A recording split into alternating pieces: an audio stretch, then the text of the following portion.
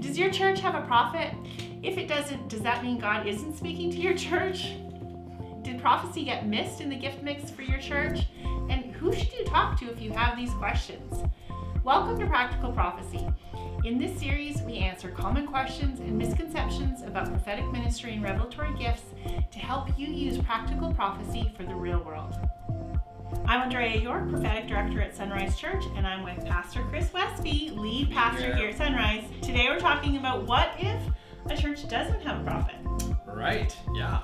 So, first question. Does every church have a question, or should they have a question? Well, interesting. In the New Testament, we read a couple specific events where there was prophets in the New Testament that some were stationed in different places and some moved. So you read about that. So there's clear evidence in the New Testament churches, I say churches, not just the church, but the churches, that there were people who were prophetic and prophesied.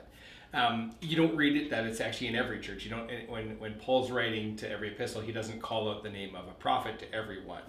But in Ephesians 4, 11 and 12, we read the fact that the ascension gifts have come. So what are the ascension gifts? Also referred to as the ministry gifts. It says when Christ ascended, he gave gifts to men and he released them into it. And that's the apostle, the prophet, the evangelist, the shepherd, and the teacher. Now we've touched on it a little bit, but generally, the word pastor is the generic word for the person in ministry who is shepherding sheep, leading a church. That's the generic word. In the midst of that, though, a lead pastor can have a different gift. A lead pastor might have more of an evangelistic gift, more of a prophetic gift, more apostolic, more of a teaching gift, and that can be the mix. So the question, should every church have a prophet? I'll say this. First of all, every church, I believe, should have prophetic ministry in it, whether they have a prophet or not. Now, as we've talked before, not everyone's on that same team, not everyone's in that same camp. So I think everyone should have a prophetic ministry. Let's unpack that a little bit more. Give me some of your thoughts on that. How do you see it in the church today, and how do we work with that? Oh, that's a great question. So, because if we say that all churches have to have a prophet, and there are a lot of churches that that I've been part of that I love, that wouldn't even talk about that language. Yeah, so does that mean that they're not a church? No, they don't actually believe that. So do I think that I think that they're in like small towns maybe, or smaller churches maybe. I mean, if your church is only 20 and some are apostle, prophet, evangelist, like maybe not. I think that prophetic ministry is, we get caught up in the prophet, the apostle, the evangelist, as opposed to just operating in the gifts. In the gifts, yeah. And that's a good distinction, because in the Old Testament, we saw people carried a title and a gift and a mantle. In the New Testament, a lot more times we see more of the gift and less of the title. And again, as I've said before, I'm inclined to use less titles, especially when it comes to apostle, prophet, or evangelist, because it just gets really kind of strange, right? You're the apostle, okay, and what does that mean? So I'll say I just want to interrupt though about that. That some of that is cultural.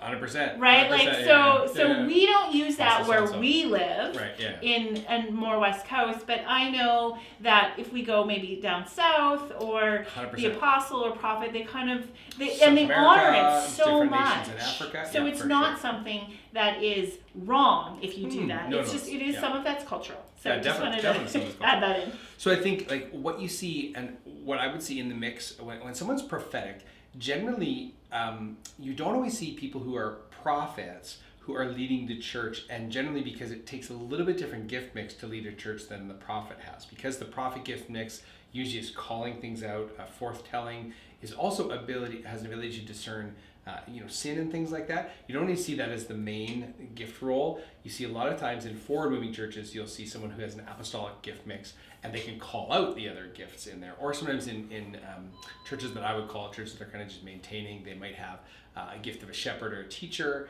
and they're a growing church, they're a discipling church, they're a good teaching church, but maybe they're not forward-moving in the gift. So I think, yes, you should have prophetic ministry. Not all churches are going to have a prophet, number one, because of their belief about it, and number two, because that might not be raised up to the level.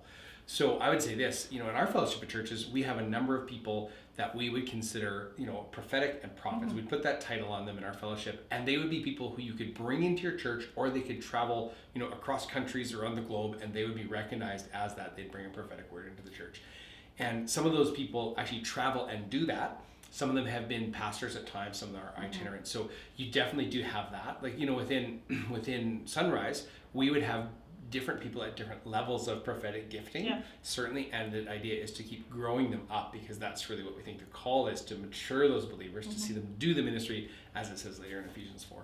I also want to say too, just even come back to that question that you'd asked me, we live in a global age where everything, there's so much community actually online. Right. We do have there are modern day prophets, and they might not be part of your church, but it might be teaching that you allow to mentor you, and so that qualifies. And again, we need to are we talking about like 500 people church? When missionaries live in other countries and they are starting churches, they're not starting 500 people churches. They are starting 20 people, 5 family churches, and that's considered a church. So we need to expand that word and understand how God is now using there's so much available for us that.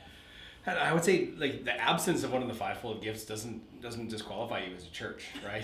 It certainly doesn't. And a lot of times, people who are, say, apostolic in nature are people who are sometimes leading fellowships or leading movements, or are church planters in restricted access nations. That's where you see the apostolic gift. It's kind of in its primacy and it's the best growth way.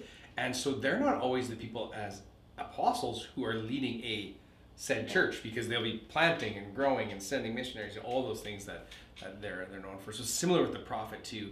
And I think this, if you have someone who's prophetic, has a prophetic mix in their ministry, a lot of times your church will take on that flavor.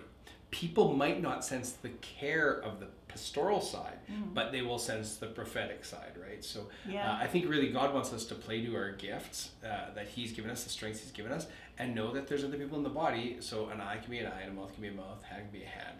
And so I've seen great people who are prophetic as pastors, and they travel as well as pastor at church, and that's definitely can happen. So. I think so. I mean, we've talked about our culture here at Sonrise. It is very open to equipping the saints, to moving them into their gifts, elevating their gifts, increasing and maturing in their gifts. Now, but what if you're watching and you might feel, or you've been called to the mantle of a prophet or a higher level prophetic gift, and your church doesn't recognize it? Right. That can be difficult. That's very difficult. Yeah. But that doesn't mean that you necessarily need to step away, because there are ways to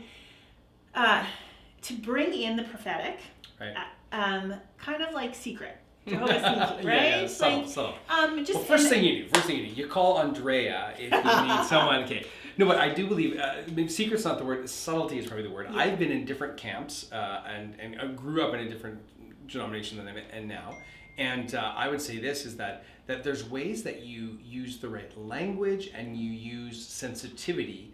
And I'd say this, and people have used this analogy for years, but the Spirit of God is rising so much in the kingdom that it's kind of over the walls now. So the walls don't need to be broken down, because the Spirit's tide is kind of over them right now. So you see in other denominations that have historically not been, champions of gifts of the Spirit, now are open to that and are welcoming that. So how you do that matters. And for us as people who are Pentecostal, charismatic, coming into a church that doesn't understand that as much, we change our language to adapt and to help them. Like Paul said, to become all things to all men. It's the same principle we would use, bring in prophetic in. And you just teach people in a different way. And it comes in as more sometimes wisdom, words of wisdom. Right. That's how it is readily readily received. Nobody's going to reject wisdom. Yeah, that's right. Yeah. Right. Yeah, that's right. So I think this is a great topic. We could probably expand it more. Just about the office versus the prophetic gift. Yeah. Maybe we'll get into that. But that's all we have today. Tell us, are you called to be a prophet? Are you operating in the gift in your church? What's the experience that you're having in your church if you're not part of our Sonrise families? Tell us in the comments. We would love to hear. And if you want Andrea to come to your church, tell her on the comments too. She can come make a guest appearance. So next time we have a special guest guest. Pastor Chris is going to be away, and so we have a special guest telling us how to process prophetic words that we receive. Right. So make sure that you subscribe, and so that turn the notification bell on so that you will know when we post new videos every week. Thanks. God bless.